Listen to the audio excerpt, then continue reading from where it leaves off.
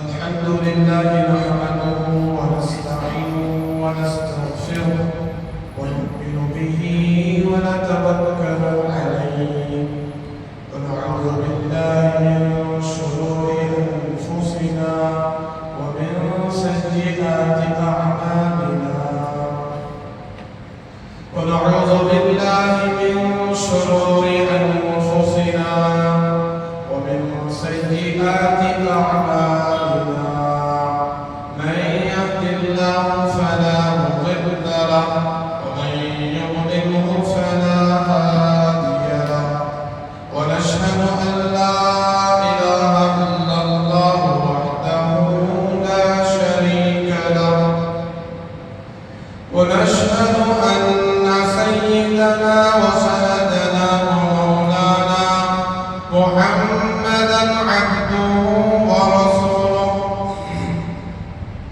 أرسله بالحق بشيرا ونذيرا وداعيا إلى الله بإذنه وسراجا منيرا أما بعد فأعوذ بالله من الشيطان الرجيم بسم الله الرحمن الرحيم يا أيها الذين آمنوا كتب عليكم الصيام كما كتب على الذين من قبلكم لعلكم تتقون وقال تعالى في القرآن هدى للناس وبينات من الهدى والفرقان وقال النبي صلى الله عليه وسلم من حفظ سنتي أكرمه الله بأربع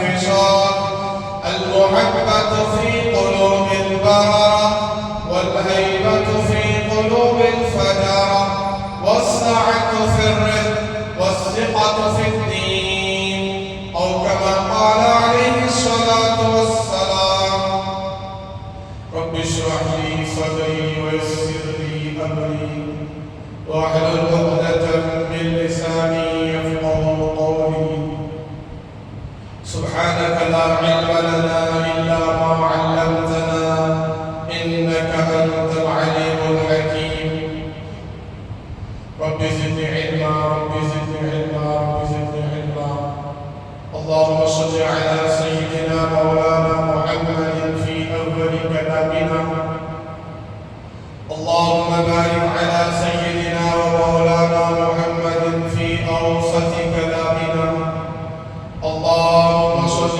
على سيدنا ومولانا محمد في آخر كلامنا محترم ومعزز سامعین کرام عزیز و بزرگ و ملت کے عزیز نوجوانوں اللہ تبارک و تعالی کا ہم تمام پر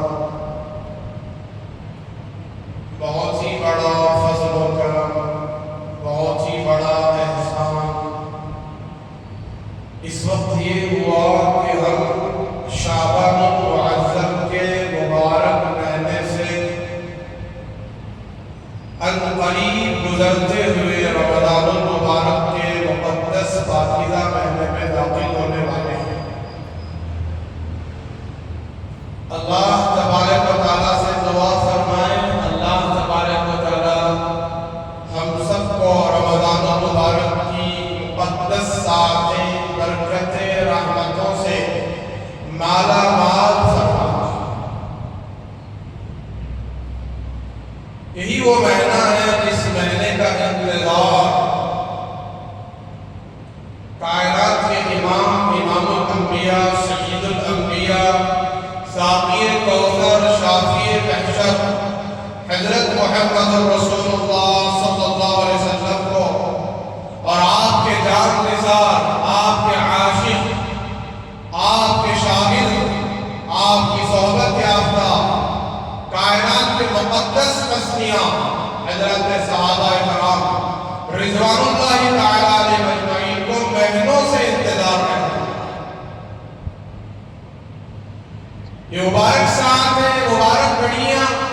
اللہ نے ایمان کی نسبت پر عطا فرمایا. اللہ نے اپنے فضل سے ایمان والوں کو بڑی بڑی نعمتیں عطا فرمایا، خاص نعمتیں. اسلام کی دولت، دین کی دولت، رمضان المبارک کا مقدس مہینہ.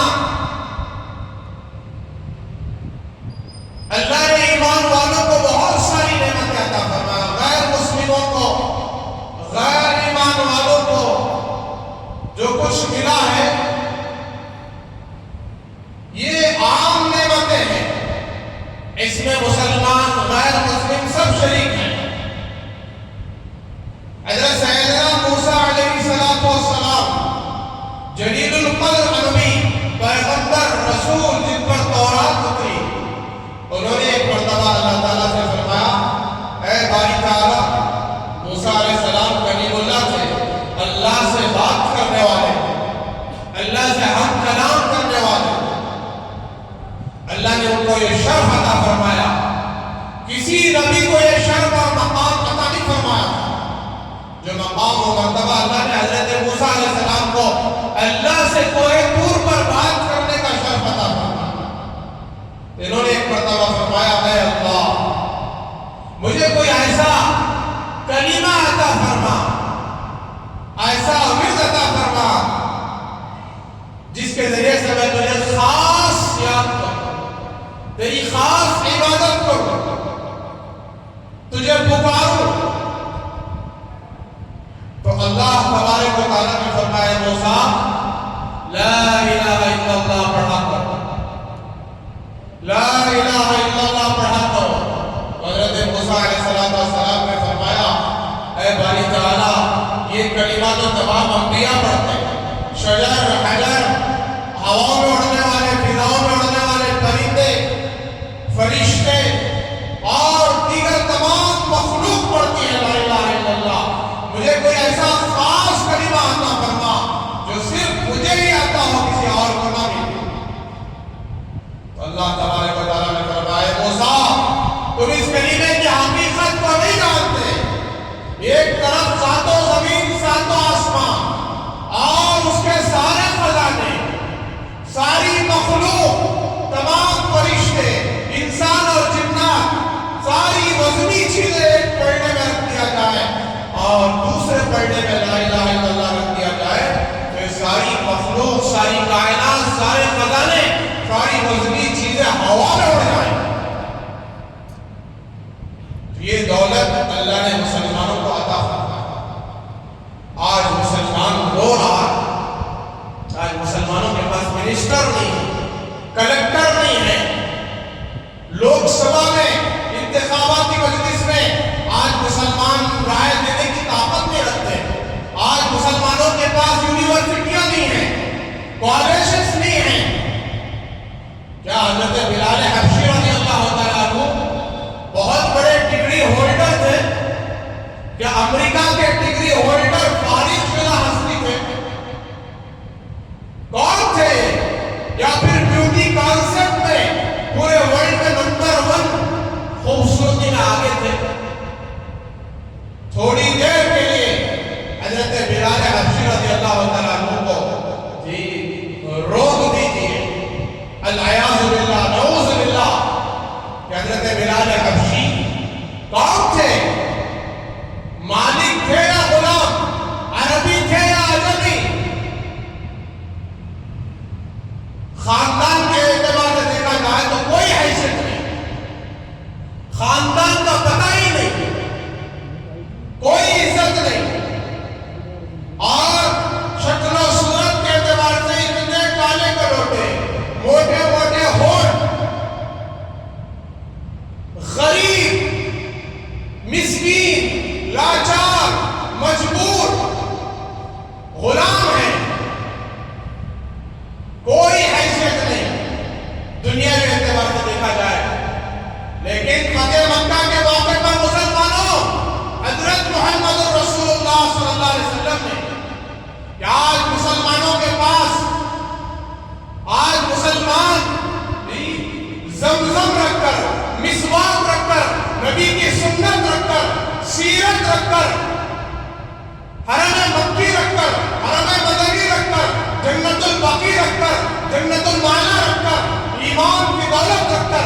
اسلام کی دولت رکھ کر مینا مزدلفہ عرفہ رکھ کر آج مسلمان ہو رہا ہے. ہمارے پاس کوئی دنیاوی طاقت نہیں، کوئی حیثیت نہیں. حضرت بلال کے پاس کیا تھی؟ حضرت محمد رسول اللہ صلی اللہ علیہ وسلم نے فتح مکہ کے موقع پر خانہ کعبہ کے اوپر کھڑا ہونے کا حکم دیا، خانہ کعبہ پر چڑھنے کا حکم دیا، خانہ کعبہ پر چڑھا دیا اور کہا اے بلال خانہ کعبہ پر کھڑے ہو کر اذان دو. اور وہی کالے کلوٹے حبشی غلام غریب لاچار مسکین کوئی عزت نہیں ہے ظاہری اعتبار سے. جناب محمد رسول اللہ صلی اللہ علیہ وسلم نے فرمایا بلال کعبے پر کھڑے ہو کر اذان دو. معتکف کو حالت اعتکاف کے بغیر عذر کے مسجد کی چھت پر چڑھنا جائز نہیں. میں آپ کو دور کی بات، اعتکاف کے جو بیٹھا ہے معتکف جو اللہ کے در سے چمٹ گیا ہے، اس کو اعتکاف کی حالت میں مسجد کی چھت پر جانے کی اجازت نہیں. کیوں؟ اس کے ادب اور احترام کی وجہ سے، اللہ کے گھر کی عزت و عظمت کے اعتبار سے. اور وہ گھر خانہ کعبہ جہاں کی ایک نیکی 1,00,000 کے برابر، ایک سبحان اللہ 1,00,000 سبحان اللہ کے برابر، ایک سجدہ اللہ کے لیے جو آپ نے کیا ہے 1,00,000 سجدے کے برابر. یقین ہے نہیں ہے مسلمانوں؟ ایک نماز 1,00,000 نمازوں کے برابر. ایک ریال آپ نے خرچ کر دیا، ریال ہی چلتے ہیں، پیسے نہیں چلتے، روپیز کرنسی آپ ایکسچینج کر سکتے ہیں لیکن ریال چلتے ہیں. ایک ریال خرچ کرنا 1,00,000 ریال خرچ کرنے کے برابر. 1,00,000 ریال کی حیثیت معلوم ہے کتنی ہے؟ 1 ریال ہندوستان کے 23.5 روپے. کتنے روپے؟ 20 پر 3 روپے 8 آنے. 1,00,000 ریال کے کتنے ہو گئے؟ 10 لاکھ روپے انڈیا کے تقریباً. کتنے لاکھ بھائی؟ ابھی 1 ریال کو ہی خرچ کر دے 10 لاکھ روپے خرچ کرنے کے برابر، 1,00,000 ریال خرچ کرنے کے برابر. اب حضرت بلال حبشی رضی اللہ تعالیٰ عنہ اذان دینے کھڑے ہوئے ہیں اور حضرت بلال حبشی کے قدموں کے نیچے اللہ کا گھر آ گیا. اللہ کے نبی نے کھڑا کرا دیا، چڑھا دیا نبی کا حکم. حضرت بلال کے خانہ کعبہ کا ادب نہیں جانتے تھے، صرف ہم ہی ادب کرنے والے ہیں مسجد کا، اللہ کے گھر کا، اللہ کے گھر کی چھت کا جانتے تھے. لیکن رسول اللہ کا حکم،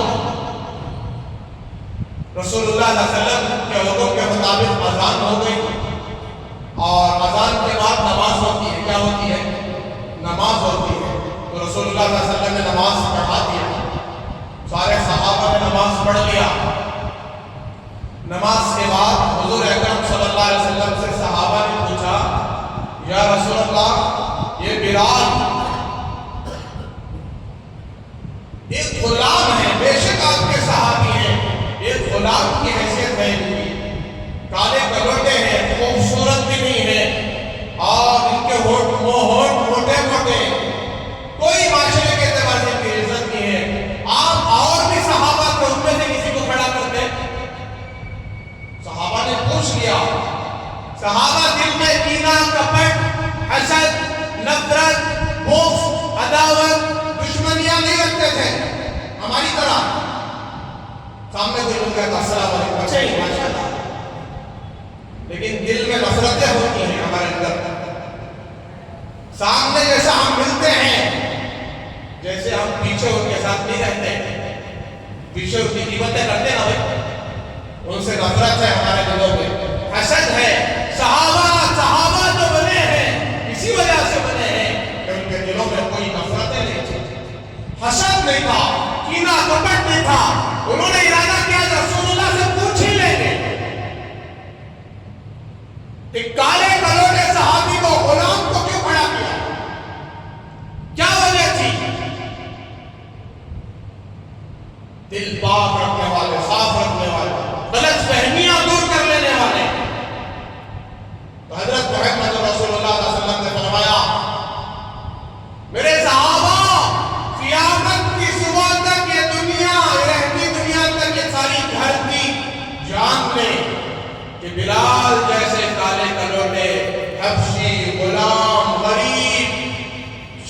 صورت کے اعتبار سے کوئی خوبصورت نہیں. ایسے صحابی کو میں نے کھڑا کر دیا ہے خانہ کعبہ پر، اللہ تعالیٰ کا حکم دیا کہ دنیا جان لے کہ جس بلال نے کلمے کی نسبت پر مار کھائی تھی مکے میں، کوڑے پڑے تھے، تپتی ہوئی ریت پر ڈال کر ان کو لٹا کر بڑی بڑی چٹانیں رکھ دیا جاتا تھا اور ان کو پتھروں پر گھسیٹا جاتا تھا، پہاڑوں پر گھسیٹا جاتا تھا. اس صحابی نے کلمے کی نسبت پر جو قربانیاں جو تکلیفیں برداشت کی ہیں، اس نسبت پر آج کیا مقام ملا. آج ہمارے اندر عالم کی قدر نہیں، داڑھیوں کی قدر نہیں، نمازوں کی کوئی قدر نہیں، سنت و شریعت کی کوئی عزت نہیں، دین کی کوئی عظمت نہیں ہے. نہ مسواک کی عظمت ہے، نہ گاڑیوں کی قدر ہے، نہ اللہ کے گھر کی نسبت ہے. کیا سمجھتے ہیں اللہ کے گھر کو؟ کیا سمجھتے ہیں ہم شریعت و سنت کو؟ کیا سمجھتے ہیں ہم گاڑیوں کو؟ کیا سمجھ رکھا ہے ہم نے نبی کی سنت کو؟ رمضان یہ سروں پر سایہ بگن ہے.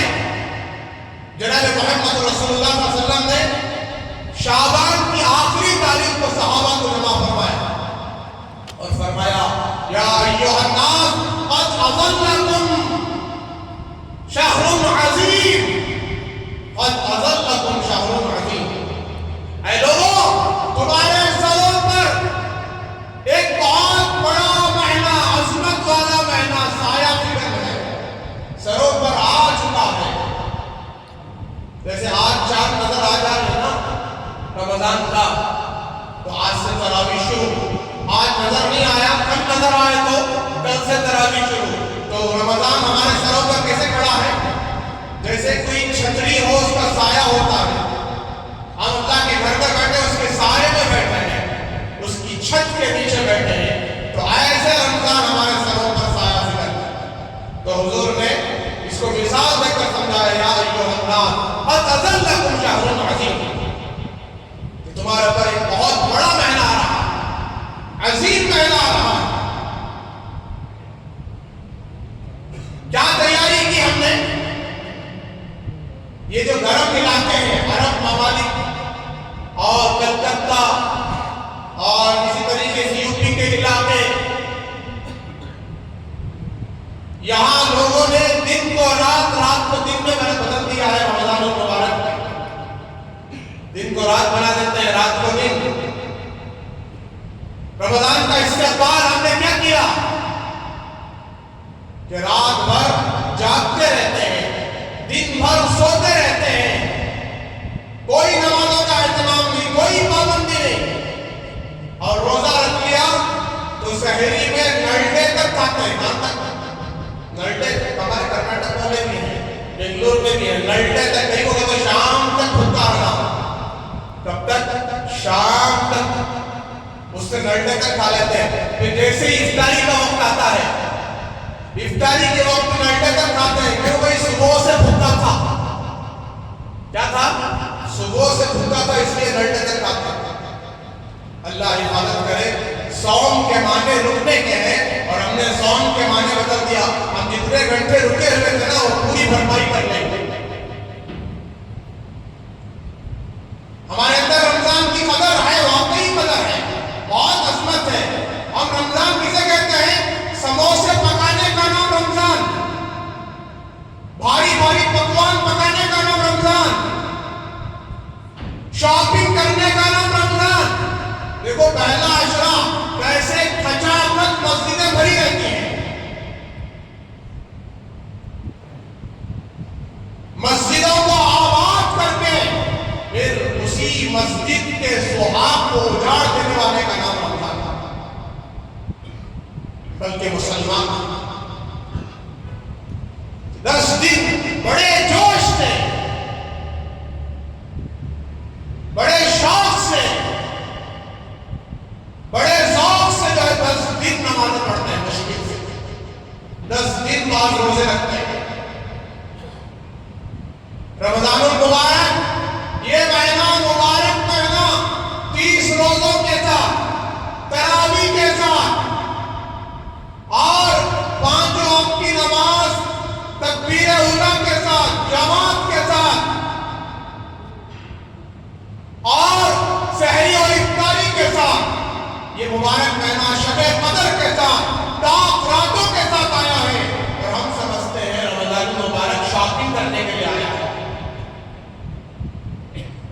خریدنے اور بیچنے کے لیے آیا ہے۔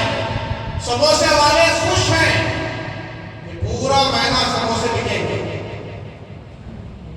کپڑے والے اور خوش ہیں، اس مہینے میں جتنی کمائی ہوگی اتنی کمائی پورا سال نہیں ہوگی۔ بنگڑیاں والے، براسلیٹ والے، لیڈیز آئٹم والے اتنے خوش ہیں، اللہ اکبر، کیونکہ ایک لمبی قطار ہماری ماں بہنوں کی لگے گی وہاں۔ کیا سمجھ رکھا ہے مسلمانوں؟ ان عورتوں کو تم بگاڑ رہے ہیں، مرد بگاڑ رہے ہیں، عورتیں خود نہیں بگڑ رہی ہیں۔ تم نے ڈھیل چھوڑا اپنی بیویوں کو، تم نے ڈھیل چھوڑا اپنی بیٹیوں کو، تم نے ڈھیل چھوڑا اپنی بہنوں کو، تو اس کا غلط اثر پوری رات شاپنگ میں لگا تھا۔ ہم نے اس کو رمضان سمجھا۔ رمضان تو بھوکے رہنے کا نام ہے، پیاسے رہنے کا نام ہے۔ اس کی محبت میں اللہ کی محبت ہے جی، دین اور شریعت کی محبت میں، اللہ کی رضامندی اور خوشنودی حاصل کرنے کی وجہ سے، کہ اللہ کی رضا حاصل ہو جائے اس لیے بھوکے رہ رہے ہیں۔ خدا کی عزت و جلالت کی قسم، قیامت کا ایک دن 50,000 سال کے برابر، آسمان لوہے کا، زمین تانبے کی، سورج ایک میل کے فاصلے پر، زبانیں لٹک کر زمین پر پڑ جائیں گی، یہ قطرہ پانی نہیں ملے گا، چیخ و پکار ہوگی، بھوکے پیاسے ننگے تڑپ رہے ہوں گے، اللہ کو رحم نہیں آئے گا۔ خدا کی قسم اس دن اللہ تبارک و تعالیٰ ان تمام روزے داروں کو جنہوں نے رمضان کی قدردانی کی، روزوں کا اہتمام کیا، تراویح کا اہتمام کیا، ان حضرات کو، ان نیک لوگوں کو، خوش نصیبوں کو اللہ لین بنا کر باب الریان، جنت کا ایک بہت ہی خوبصورت اور حسین دروازہ، اور اس دروازے کے اندر ساری نعمتیں اللہ نے پیدا کی۔ کن کے لیے؟ VIP دروازہ ہے، VIP نہیں، VVIP دروازہ، اور دروازے سے داخل کر کے اصل افطار اللہ روزے داروں کے وہاں کا ہے۔ یہ جو بہانے بنانے والے، مجھے سر میں درد ہے، پیٹ میں درد ہے، مجھے گیس ٹربل ہے، مجھے شوگر ہے، مجھے BP ہے، مجھے فلاں مسئلہ ہے، میں رکھ نہیں سکتا روزہ، میرے ہاتھاں حضرتی، میرے پاؤں حضرتی، جو کہنے والے ہیں نا کل تڑپیں گے، واقعی ایسے بیمار ہیں، علماء سے پوچھیں، مسئلہ معلوم کریں، اور بیماری کس درجے کی ہے۔ معمولی سا درد کے لیے، معمولی سی سردی کھانسی کے لیے، معمولی سے بخار، اس کے لیے روزے معاف نہیں ہے، بیماری بھی بیماری ہو تو روزے چھوڑنے کی اجازت تو ہے، لیکن اس کی قضا فرض ہے، رمضان کے بعد اس کی قضا فرض ہے۔ اتنے بیمار ہیں کبھی صحت واپس لوٹ کر نہیں آئی تو پھر ان کے لیے فدیہ دینا پڑے گا، بغیر فدیے کے کفارہ ادا نہیں ہوتا، وہ ذمہ فرض ادا نہیں ہوتا، سر پر سے نہیں اترتا۔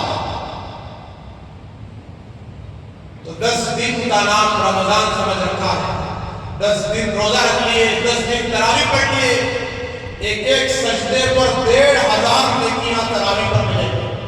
کتنے نیکیاں بھائی؟ 1,500، 40 سجدے ہیں، 60,000 نیکیاں۔ اتنا ہی نہیں، ہر تراویح کی 2 رکعت پر، ایک جگہ لکھا ہے ہر سجدے پر جنت میں سرخ یاقوت کا محل ملے گا۔ کیسا محل؟ سرخ یاقوت کا، سونے چاندی ہیرے جواہرات سے بنا ہوا محل۔ آپ پوری زندگی کماتے رہے، آپ کا پورا گھرانہ کماتے رہے، کروڑوں روپے خرچ کر دے جی، آپ ایک بہت بڑا محل جو سونے چاندی ہیرے جواہرات یاقوت سے بنا ہوا محل نہیں بنا سکتے۔ صرف ایک سجدے پر، صرف 2 رکعت تراویح پر اللہ تبارک و تعالیٰ جنت میں اتنا بڑا محل عطا کر رہے ہیں جس کی چوڑائی کم سے کم 100 میل چوڑائی 100 میل ہوگی.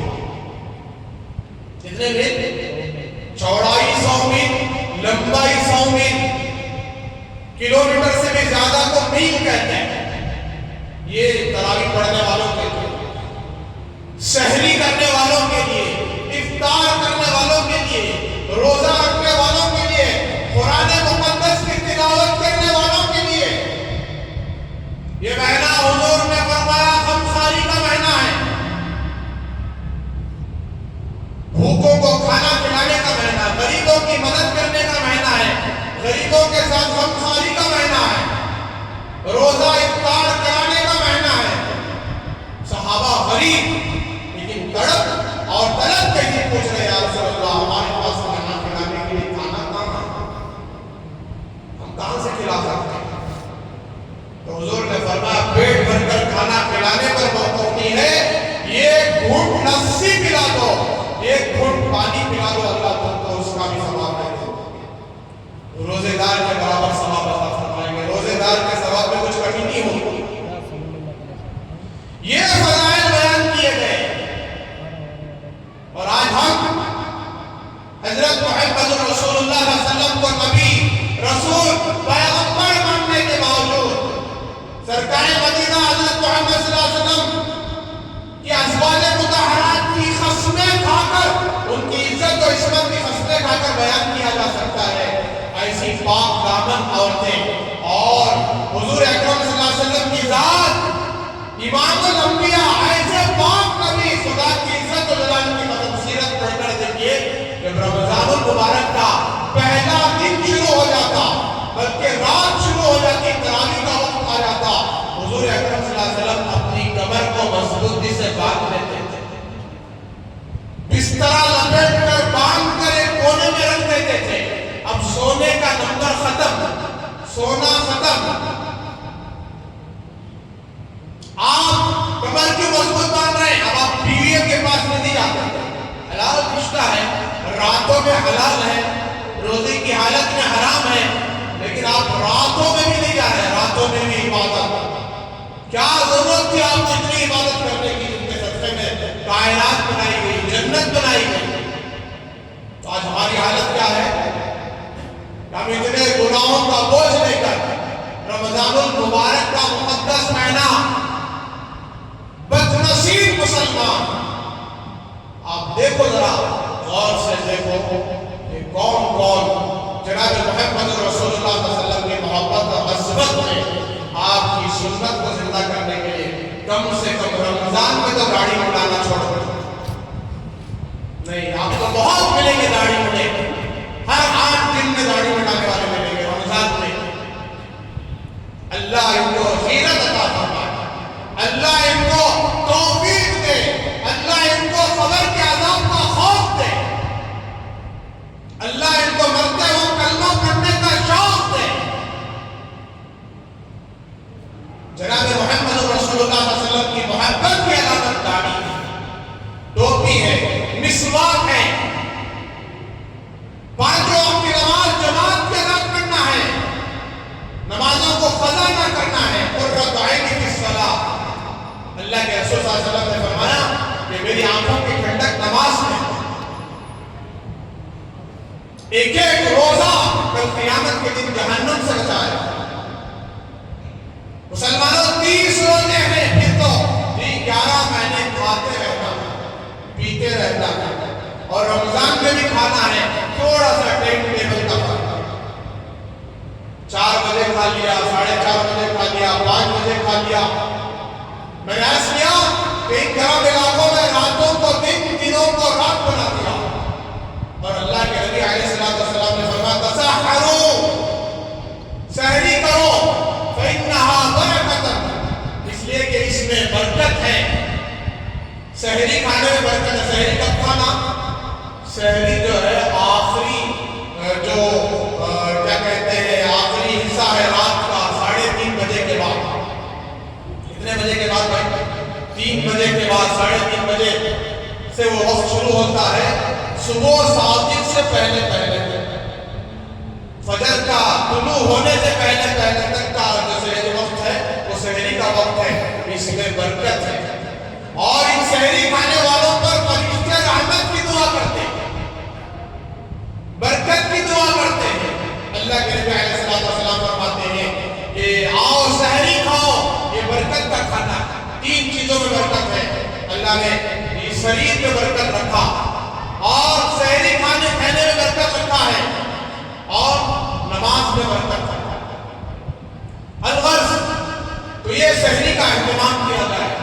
تراویح پورے 20 رکعت پڑھے۔ کتنے رکعت؟ 20 رکعت۔ یہ مسجد میں 2 رکعت، وہ مسجد میں 2 رکعت، فلاں مسجد میں 2 رکعت، ان کی قرات کیسی ہے، ان کی قرات کیسی ہے، نہیں۔ کوئی 8 رکعت پڑھ کے بھاگ گیا، کیا بھی تھک گئے 8 رکعت پڑھ، 20 رکعت، پورے 20 رکعت پڑھے، اطمینان سے پڑھے۔ اگر میں آج چاند نظر نہ آئے تو میں کہوں کہ آؤ بھائی واجب الوتر جماعت سے پڑھتے ہیں، تو آپ کہیں گے کون مولوی ہے نئے نئے مسئلے پیدا کر رہا ہے۔ وہی اگر رمضان شروع ہو جائے، تراویح آ جائے، میں کہوں آؤ جماعت سے پڑھیں گے، آپ شوق سے کھڑے ہو جائیں تو اللہ نے وہ مقدس مہینہ عطا کرنا ہے۔ وتر کو بھی جماعت سے پڑھنے کا مقام عطا کرنا، تراویح تو ہے ہی، وتر بھی جماعت کے ساتھ۔ تو 20 رکعت تراویح، اللہ اکبر کبیرہ، یہ مغفرت کے لیے رمضان المبارک مغفرت کرانے آ رہا ہے، گناہوں کے سمندروں کو دھونے آ رہا ہے، گناہوں کے سمندروں کو مٹانے آ رہا ہے۔ اب دیکھتے ہیں کون کون مسلمان اس رمضان کا استقبال کرتے ہیں۔ استقبال کرنا ہے کس کے ساتھ؟ گاڑیوں کے ساتھ۔ یاد رکھنا میری بات، پورا مہینہ گاڑی نہیں بنانا، باقی مہینے میں تو میں بولتا ہی رہتا ہوں، کم سے کم یہ نیت کرو جناب محمد رسول اللہ صلی اللہ علیہ وسلم کی سنت، سوالات پیغمبروں کی سنت کو مڑا کر، کائنات کے امام کی سنت کو مڑا کر گندی نالی میں پھینکنے والے مسلمانوں، کم سے کم رمضان میں تو شرم کرو داڑیاں بنانے سے۔ اس کا مطلب یہ نہیں کہ رمضان کے بعد جائز ہو جائے گا، رمضان کے بعد بھی ناجائز ہے۔ تمہارے اندر غیرت ہے تو کم سے کم رمضان میں تو غیرت پیدا کرو، رمضان میں تو فیس بک استعمال نہ کرو، رمضان میں کم سے کم انٹرنیٹ استعمال نہ کرو، یہ سب چھوڑ دو۔ موبائل فون ضرورت ہے بات کرو، رکھ دو فون، قرآن پاک کی تلاوت کثرت سے کرو، کھول کر دیکھو اللہ کا کلام ہے۔ اسی مہینے میں یعنی رمضان کے مہینے میں مقدس کلام اترا ہے، اس قرآن میں میری اور تمہاری ہدایت ہے، عزت ہے، قوموں کی جو ہے ہدایت ہے۔ اللہ نے اس قرآن میں ہم سب کی کامیابی رکھا ہے۔ اس کلام کو امام اعظم ابو حنیفہ رحمۃ اللہ علیہ پورے رمضان مبارک میں 61 قرآن پڑھتے تھے۔ کتنے؟ 60 پر 1 قرآن 30 دنوں میں، تراویح میں 1 قرآن، پھر پورے 24 گھنٹے کے وقت میں دن اور رات کے اوقات میں انفرادی وقت میں 1 قرآن، بلکہ لکھا ہے رات میں 1 قرآن، پھر ایسے ہی چلتے پھرتے معمول کے مطابق 1 قرآن، 61 قرآن۔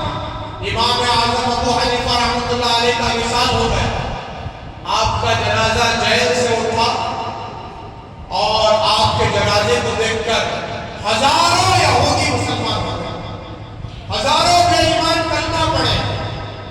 یہ وہ ہستی ہے، یہ ایک صاحب آئے، حضرت امام اعظم ابو حنیفہ رحمۃ اللہ علیہ کی پیشانی کو بوسہ دیا اور بوسہ دے کر کہا کہ رحمک اللہ یا ابو حنیفہ، یا ابا حنیفہ، اللہ آپ پر رحم فرمائے۔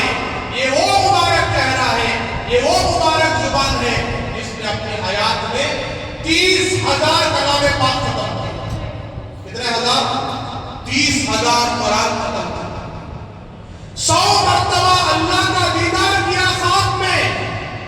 یہ بہت بڑی ہستی ہے، لیکن آج لوگ ان کو صرف عالم سمجھتے ہیں، مفتی، محدث، فقیہ سمجھتے ہیں۔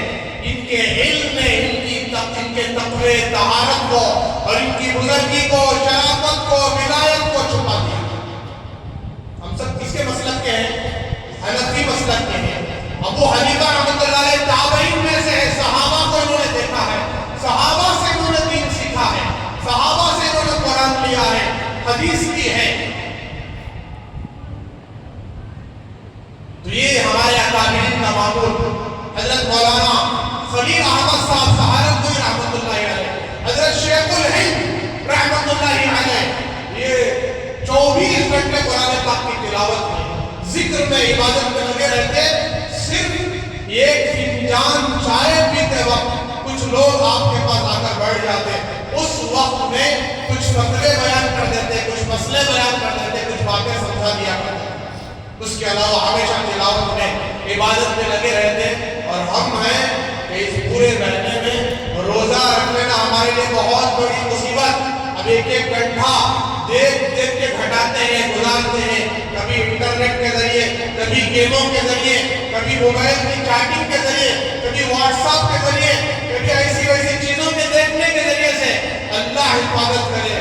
خدا کا واسطہ دیتا ہوں، موبائل کو بند کر کے سخت ضرورت پر استعمال کریں، سخت ضرورت پر استعمال کریں. ورنہ ایک اپنا معمول بنائے قرآن پاک کی تلاوت کا، ذکر کا.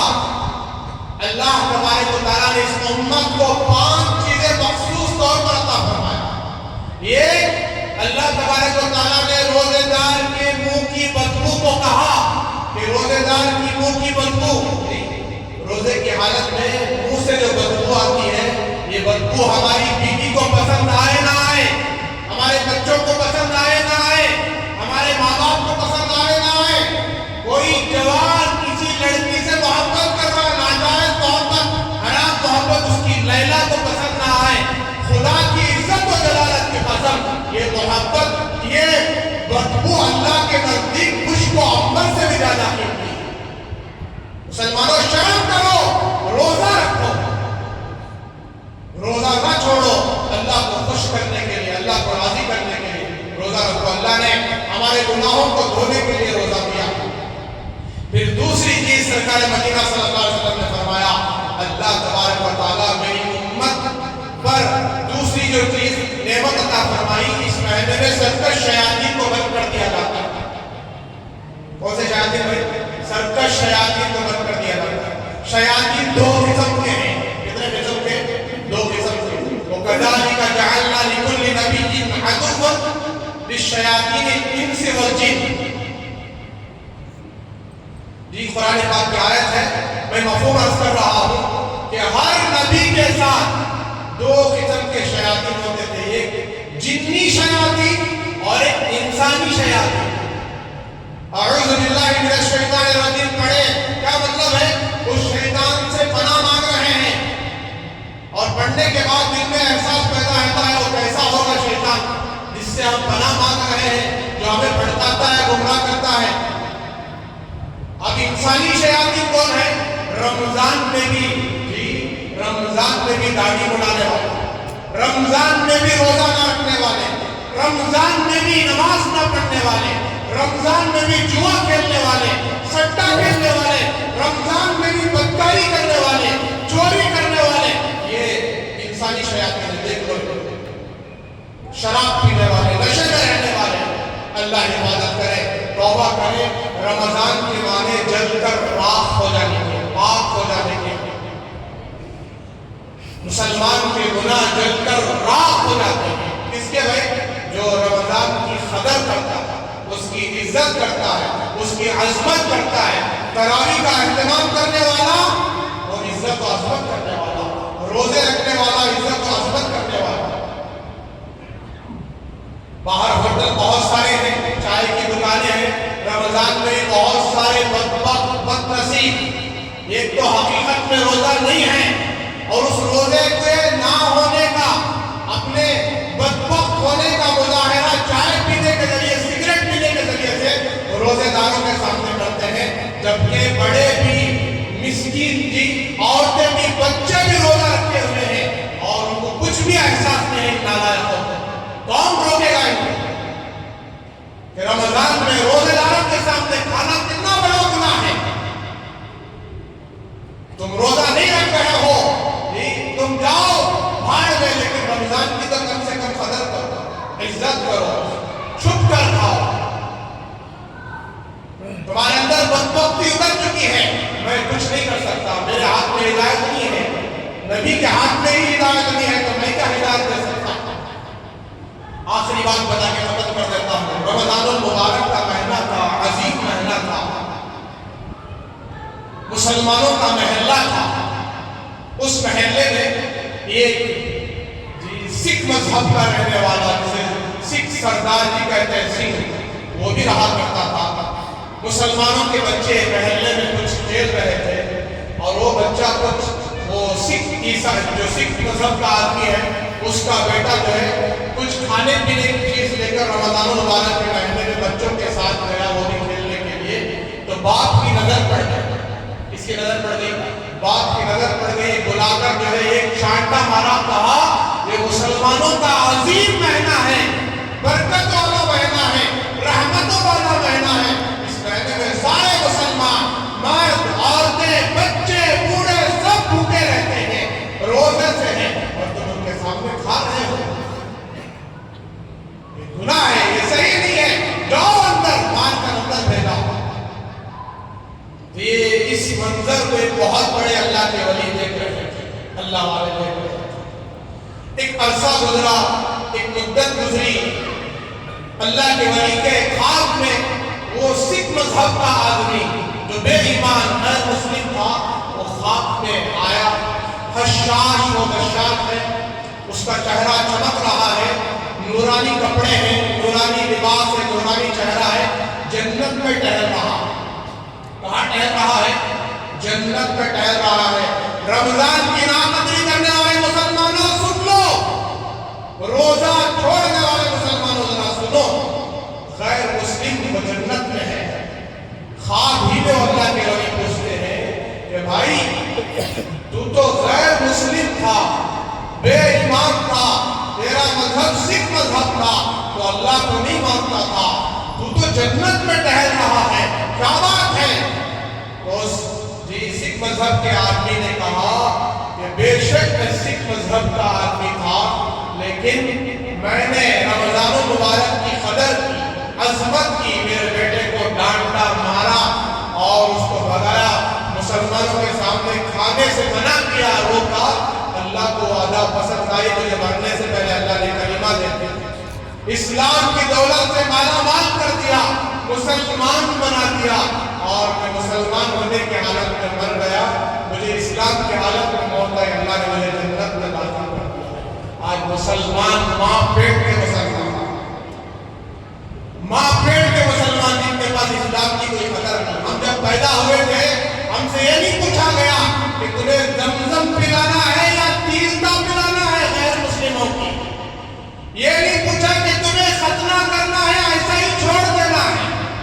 یہ نہیں پوچھا کہ تمہارا نام رحیم رکھنا ہے یا رام رکھنا ہے.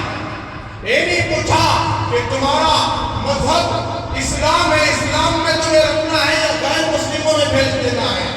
اس لیے ہم سے رائے نہ پوچھنے کی وجہ سے آج ہمارے پاس اسلام کی کوئی قدر نہیں، عظمت نہیں ہے. مسلمانوں سدھر جاؤ، سمجھ جاؤ، کھانے پینے کا مہینہ مت بناؤ، اس کو رمضان اور روزوں کا مہینہ بناؤ، اور کم سے کم چیزوں پر اکتفا کرتے ہوئے روزے رکھو کہ احساس باقی رہے، افطار کرنے کے بعد بھی بھوک باقی رہے، جسے کہتے ہیں روزہ.